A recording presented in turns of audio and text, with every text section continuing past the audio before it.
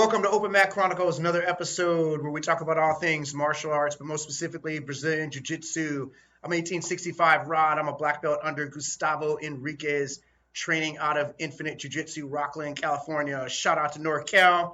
We actually have a great show for you guys today. We have a great topic, something that's really cool that we're going to talk about that's going to be very relevant to a lot of people out here. As always, I got my man D. Schaefer in the house. What up, Schaefer? What's happening? What are we going to talk about? Oh, man. Or you want to tell who you are first? Well, shit, me, I'm Harold Schaefer. I'm a black belt under John Hassett out of Hassett Jiu-Jitsu in New Jersey. Been doing Jiu-Jitsu for about 22 years and some change. Moved out to California about 8 years plus ago. Found Infinite Jiu-Jitsu. Love it. Great brotherhood out here. Zero complaints, man. Awesome. Jiu-Jitsu's fun. I love it. I do too. Nobody loves Jiu-Jitsu. What do we say? Nobody loves Jiu-Jitsu more than me. I got that from Hassett also. Hassett's an interesting guy. I gotta meet that guy. We're gonna have to get him on here. It was just like he said, "Hey, look, nobody loves Jiu-Jitsu more than me." He's like, "What?" He's like, "Oh, Marcelo Garcia, all them. Yeah, they love Jiu-Jitsu. They don't love it more than me." Facts. I was like, "Yeah, that. Nobody loves this shit more than me." But today we're gonna talk about getting older.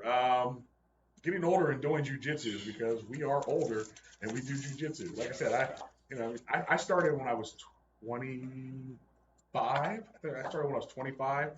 So I'm 47 now, and everything's. I know you started way later. Yeah, I'm looking at you like everything's all broken and falling apart, but I still love it. I would never change it. I put my hat on because I looked at my last podcast and my head was glowing and shit, but that's a joke. I'm not actually going to wear my hat the whole time. Shout out to the first of the ninth calf. I would say that hat needs a little work. That's seen some battle. That's battle scars on it. This hat is beat up. But so I was going to talk about like the effects of grappling as an older guy, and like you made a good point, right? Like you started at 25. That's actually, man, I envy that. So you guys who started, if you're training right now in your 20s, man, that is a blessing. Because like I started when I was in my mid 40s.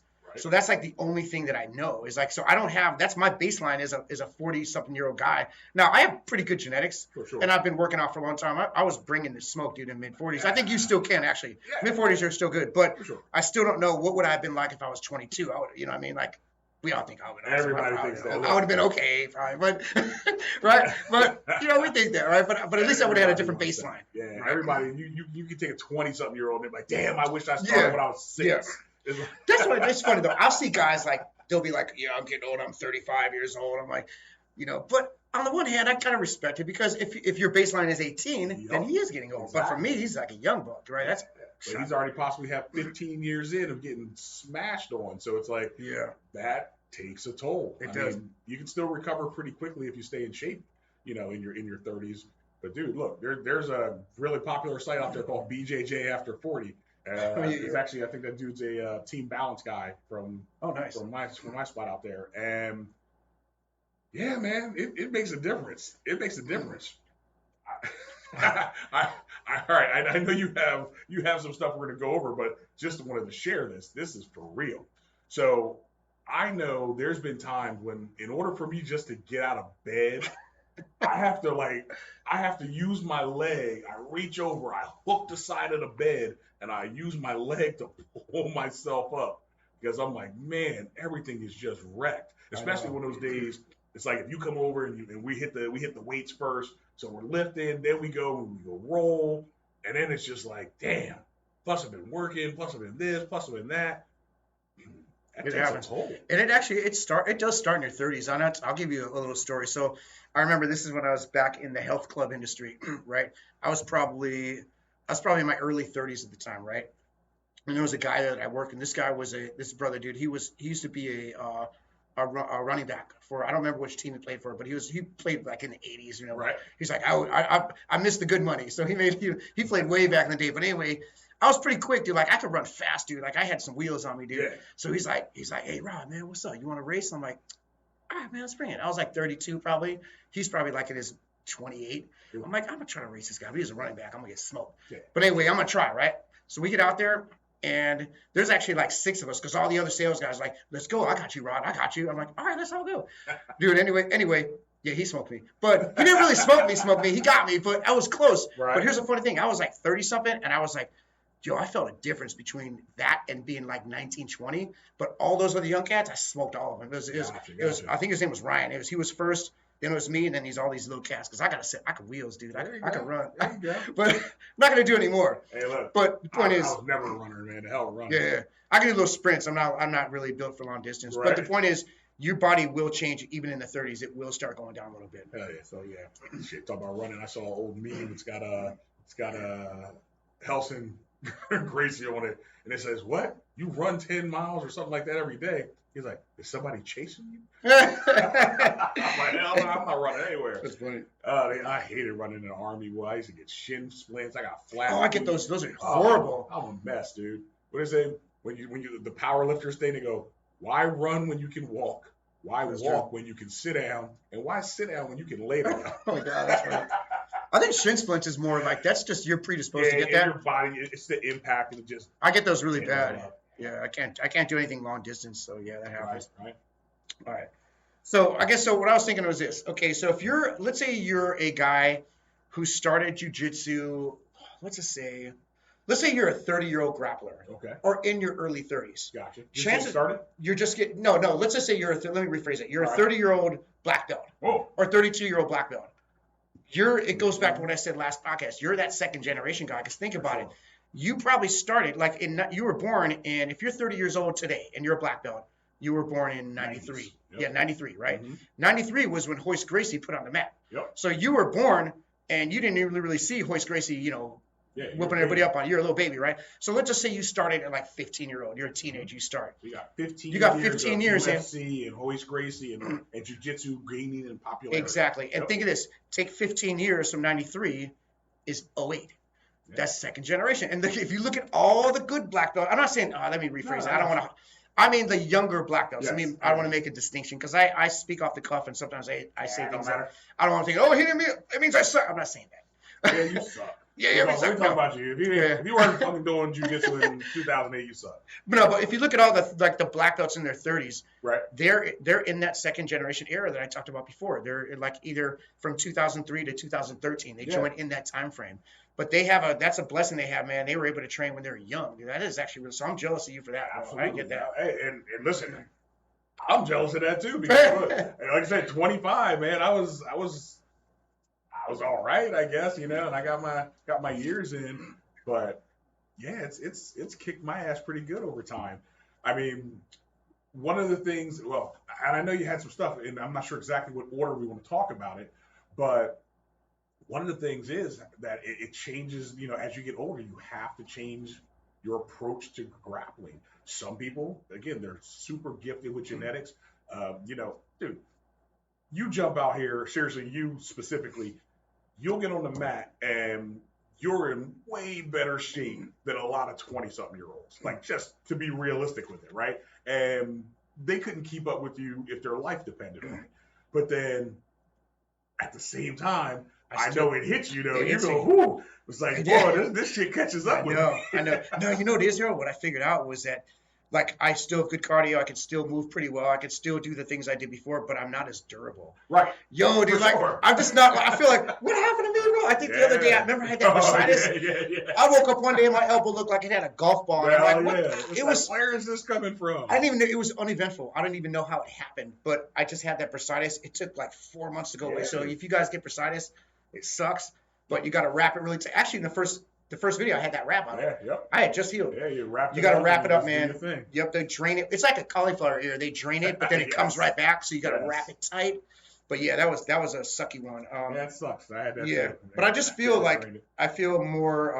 I feel like we try not to say that on the podcast. I feel like, sure. But I do physically feel as though my body's not as durable. It's not as tough. I can't take the punishment that I used to take before. Yeah, I mean, I think.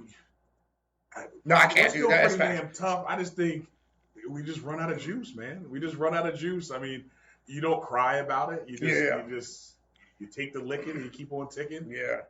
But if somebody slams me like if I fall like that could hurt now. Yeah, where before you just jump up like let's go round 2, like right? Wolverine. Yeah. So now it's like you got to be a little careful, So For sure. maybe that Absolutely. leads us into like some of the things that will change. Absolutely. And actually, maybe you could talk about this, Harold, because you have to establish a new baseline, and then you know the analogy I talked about with the Shark Tank. Maybe you can give if you have another one. Yeah. No, actually, I really like the Shark Tank one.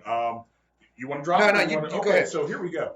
I mean, and you made it, you articulated it beautifully. It was, take your normal grappler, hell, even a better than normal grappler. You're out there, you're training really good. Let's say you're hitting 4 or 5 times in the gym, at the BJJ gym, and let's say 2 of those days back to back, you Shark Tank, right? Oh, you're there and you're like, oh man, it's the middle of the week. Got off of work, you come in, you happen to have like 20, 30 people in class that day, and you're like, man, okay, Shark Tank time, let's do it, right? Because you got a psycho running the class that day, right?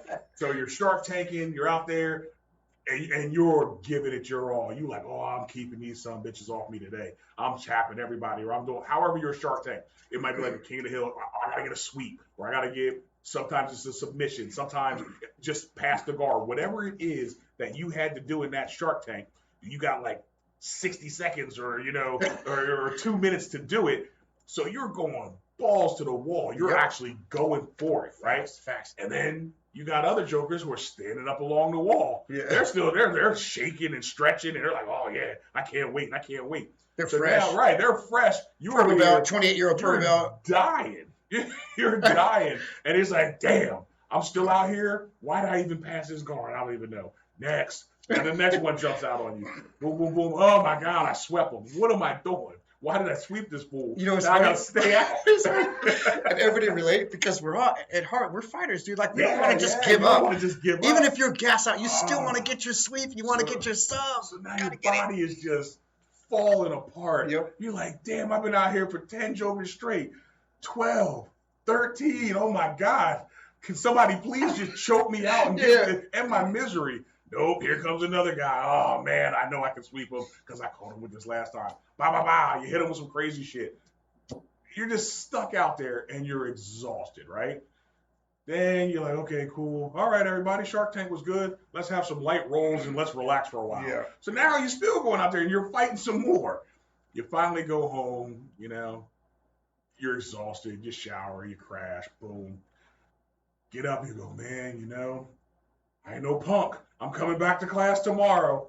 And then you get out there, and for whatever reason, maybe they Shark Tank you again. And you're like, holy shit, this might be the end of me, right? But I'm going to do it. So you're out there, and you're fighting, and you're like, you ever watch them old war movies? You're like, you just got to fight through it. And he's like, to the end. He's like, no retreat, no surrender. So anyway, you get your ass kicked again, and you do it, and it's like, boom, 2 days. So then day 3 comes along. You wake up. And you're like, yo, what's wrong with me? Okay. I think I'm dying. Okay, freeze it right there. Yes. Okay. That was a beautiful setup. Thank you.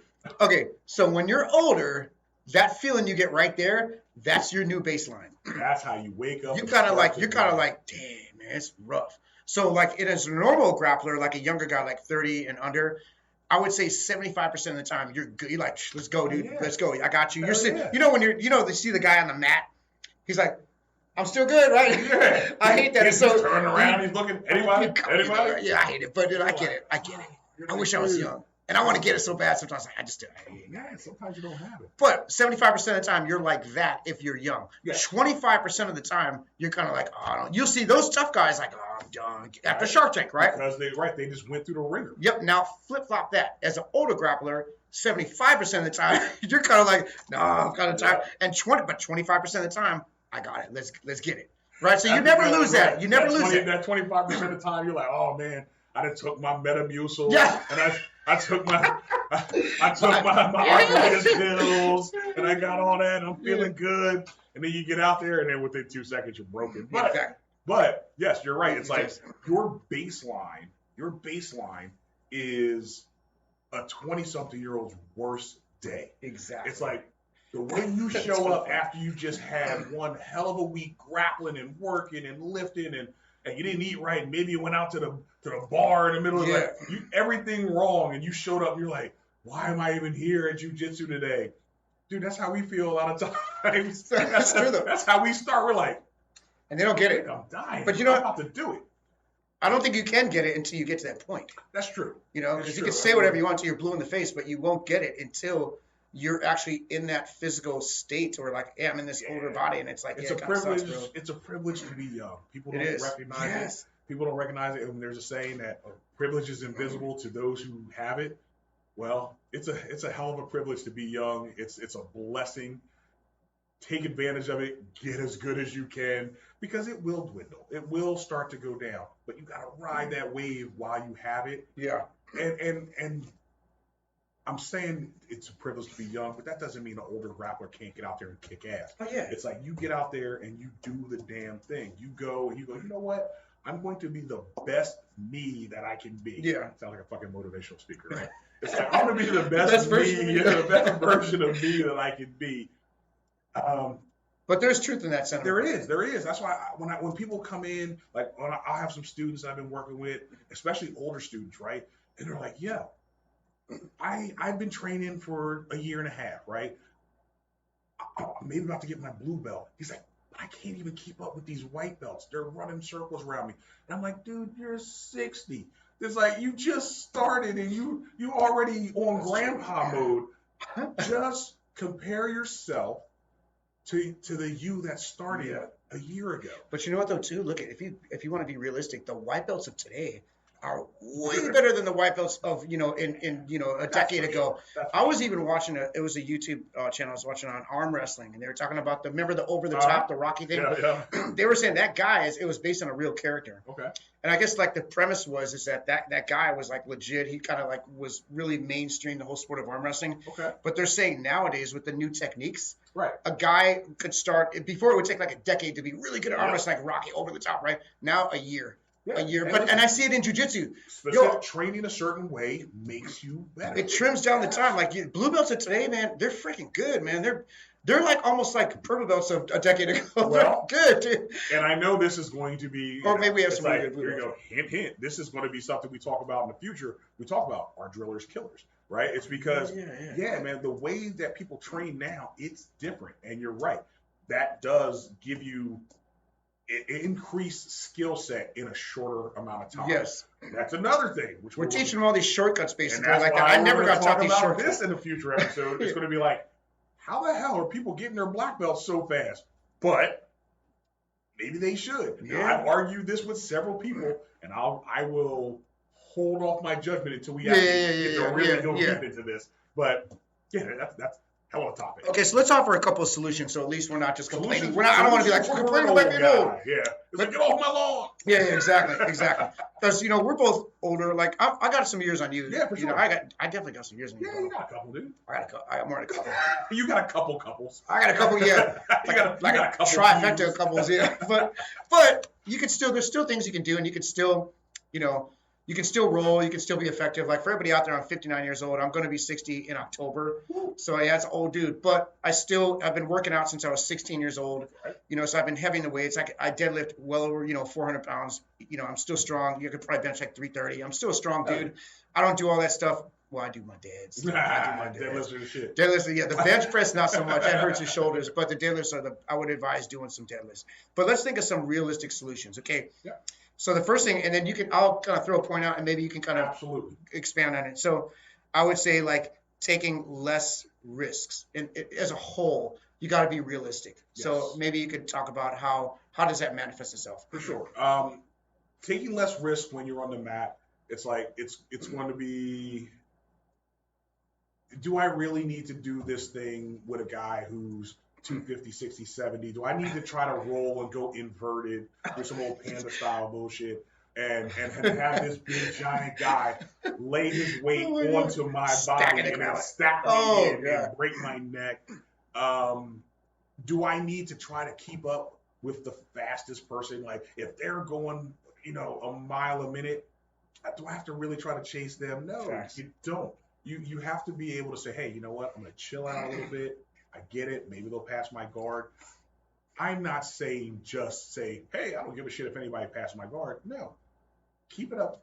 Be competitive when you can, but don't break yourself to try to prove a point to some younger jokers, right? It's like, check your ego at the door. Usually people get hurt because of their ego. They're like, nah, you're not going to get me in this. Yeah. I can think of a couple of times when I'm like, my arm is already like turned up here, and I'm like, oh, I'm going to get out of this. And so I hear pop, pop, pop. Yeah. Like, oops, I am ruined for the next 3 to 6 months. That was stupid. Yeah. It was ego. It was my ego, and it got in the way, and I got hurt for it.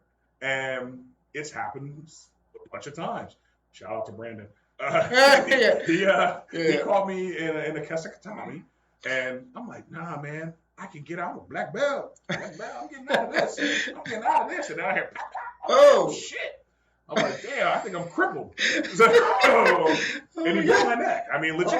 He broke my neck. That. You were out for a long time. I was effed up, dude. So, that's funny. It's not funny, but it's. No, I mean, it's funny now. It's funny now because you're like, oh, I can still walk. Yeah, that's great. But no, I mean, like, legit, got my neck broken because I didn't tap, because I'm like, hell nah, I'm getting out of this. Yeah. You got to be smarter, man. Like, and that was crazy because this is not my job. This is not how I make a living. I'm a hobbyist, okay? I don't make my living training jujitsu. Yeah. So for me to allow myself to get injured to that degree for something I love, and I do, I love jujitsu. What do you say? Nobody loves it more than me, right?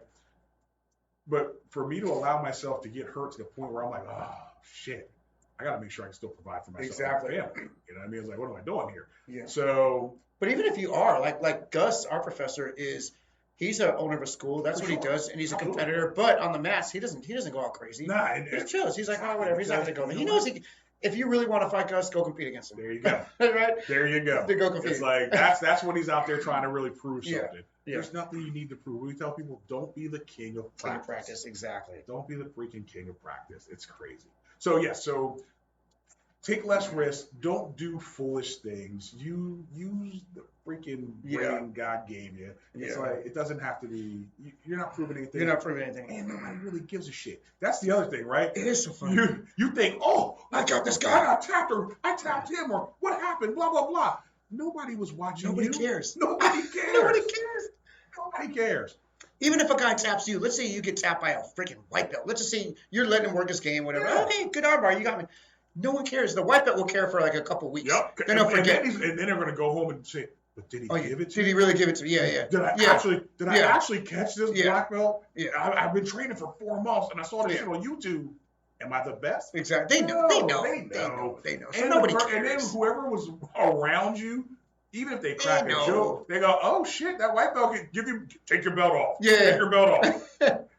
I mean, that's really, topic. I know. But we go to the world. Nobody really cares, man. It's okay. And that kind of leads into the next thing where I was going to say, because your recovery time is extended. So when you're 20 years old or even 30, you can take more risks because it's not that big of a deal if you pop your knee. You're like, okay, I'm out for 3 months. I'm good. 3 months, bro. 3 weeks. They shake it off, dude. So like I popped my knees several times, against like many people in the school, and it's just a lot of it's my fault. It just happens. Like, you're just going too aggressive, maybe, or it could be a freak thing. A lot of times it was a freak accident, but it's not worth it for me anymore. Like, I don't want to get a knee injury at my age. For sure. Even though I bounced back in like 3 months, they told me, it's going to be 6 months. Like 3 months, I was rolling again. For sure. I'm like Wolverine, dude. You are like Wolverine. You're 100% like Wolverine. I heal real fast. Me, I'm more like Mr. Glass and shit. So recovery time. Yep. Obviously, part of what will help your recovery time is good balanced diet and exercise and all that shit. If you stay in better shape, you'll recover better. If you're sitting here fucking drinking every day, takes a little bit longer, right? So it is what it is. But I think as long as, I would say also too, if you're getting older, definitely do some resistance training. And I'm not saying you have to turn into a bodybuilder, but if you're older, like over 40, focus on like the heavy lifts, the heavy strength lifts. You do. You need to build yourself up. You need to be stronger. You got to be stronger, bone density. And I know a lot of people go, just do jujitsu for jujitsu. I disagree. True to a point for jujitsu. Like 30 years ago, they did that. Well, to get better at jujitsu. Okay, fact. Yes, I agree with that. Train. Yeah. But to be physically capable of continuing jujitsu, you can't Good just use jujitsu. Yeah. You have to lift. You have to eat right. You have to do other things because your body requires it. Your body requires that you do other things, right? But I think if you look at all the grapplers now, they're all freaking jacked, dude. There's a whole new landscape of like somebody did a video and like this is so true because if you look at the old grapplers of like the 90s, they're just normal. Like they were actually small guys because jiu-jitsu is predicated on being a small guy. Now they're off. Look at Gordon Ryan. Holy crap! Look at these dudes. They're just like look at Andre Galvao, bro. He looks like a freaking statue. You know who? It's funny. I'll tell you who changed it all for me, right? So, I want to say, what was the guy? Was it Frank Mir? He's a real big dude. In UFC, it's probably Frank Mir. And I remember watching him train, right? And he was he's going to beat Brock Lesnar. Yeah, he's a big dude who does jiu-jitsu. And I remember him saying before he does little man jiu-jitsu, but he's like a big 230, 240 guy, right? Guy. And it's like, well, dude, you take a big guy who fights like a small guy, and everybody figured that out. And man, now you're a monster. Everybody figured that out. Yeah. So all things being considered, strength matters. It does matter. Yeah. If you got two guys who are like maxed up, well, the stronger one. Wins because the technique is going to be trying to find leverage points in physics to get that move where the bigger guy could just kind of manipulate you physically. For sure. it's like also can get the leverage too. That's what I'm saying. They both get the leverage. He's like a small guy, but he's got big guy strength. You're right. That's hell on wheels. You know what I think a good analogy is like if you think of you don't remember this. This is going to show how old I am. Remember the little in the playground, the toy where the little kids on each teeter totter. Okay. What do you mean? Okay. So think of it this way. Let's say you had one guy, let's say you had a big old jack dude holding the teeter totter in where the post was in the middle. Yeah. You have a little skinny guy in the end. This little skinny guy is going to pull it down, right? Because he's got more leverage. But now let's say you put the jack guy in the end. They're both got the same. The little guy's going to fly off. Launching him, dude. So that's a good point. All right. Wait. Don't shift yet. Right. Still something else on recovery. Still something else on recovery. All right, go for it. So, like, in my 30s, I took a bunch of injuries in jiu-jitsu, like, because I was fighting hard, right? I was fighting really, really hard, like my purple belt to brown belt, and like I've got some injuries that will never heal, and I know we're going to go into this. But man, I've got some things that they get hurt, and you're beat. Like that's just not. You're gonna have to get a surgery to fix it. And that's where. Again, it's the first one, change how you roll, be cognizant of it, be aware of what you're doing, think it through, check your emotions at the door, right? Yeah. Because check your ego, check your emotions, slow down, be smart about rolling. Because that recovery time, especially as you get older, takes longer, with the exception of Rod. Rod is just Wolverine, right? But we're not all Wolverine, and that shit, if you can't be smart in the beginning, you're going to recognize how dumb you were in the long run because you're going to be like, yo, I'm really, really effed up. So slow down, take your recovery seriously. Don't be in a rush we're all in a rush to get back on the mat. Yeah. But when you do, don't think, oh, it doesn't hurt. Therefore, I'm ready to go full tilt again. Yeah. You're not. Ease your way back in. Ease your way into it. Sorry. No, I think that's good.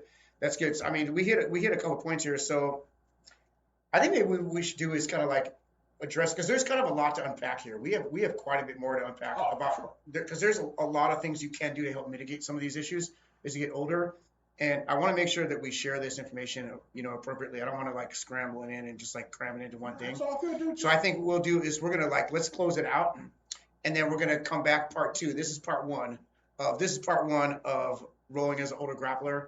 And then we're going to hit it and finish up part 2 because this is it's an important topic because everybody's going to get older, and if they're lucky, If you're lucky, yeah. And yeah, exactly. The alternative is not good, right? Yeah. And this is, you can't unring the bell, basically. Like once you're there, you're there. Because like I could tell you right now, like for like my shoulders, everybody knows in the school, everybody knows, oh, Rada has a bad shoulder. His left shoulder is I remember jacked. when you got it. Yeah, it's just jacked, right? And it's from years and years of lifting weights improperly. But I remember when you popped that collarbone. Oh, that was different. Oh, that was great. That was an AC separation. Yeah, that was rough, dude. I remember that. Yeah, that's we kept on weird injury. We kept on partying after that, though. Oh, that's crazy. That's why you shouldn't roll drunk. Don't roll drunk. But anyway, a whole other thing. Yeah, we had a good time. Yeah, it was actually fun. That was at the big party. That was a big party, dude. Yeah.